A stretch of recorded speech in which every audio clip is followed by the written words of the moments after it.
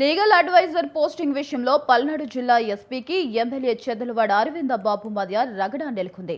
జిల్లా SP officer legal adviser posting విషయంపై ఎస్పీతో అరవింద బాబు చర్చలు జరిపారు. పోస్టింగ్ భర్తీలో తీవ్ర జాప్యం జరుగుతుందని ఎస్పీకి తెలిపిన ఎమ్మెల్యే 8 నెలలుగా తమను కార్యాలయానికి తిప్పుకుంటున్నారని అసంతృప్తి వ్యక్తం చేశారు.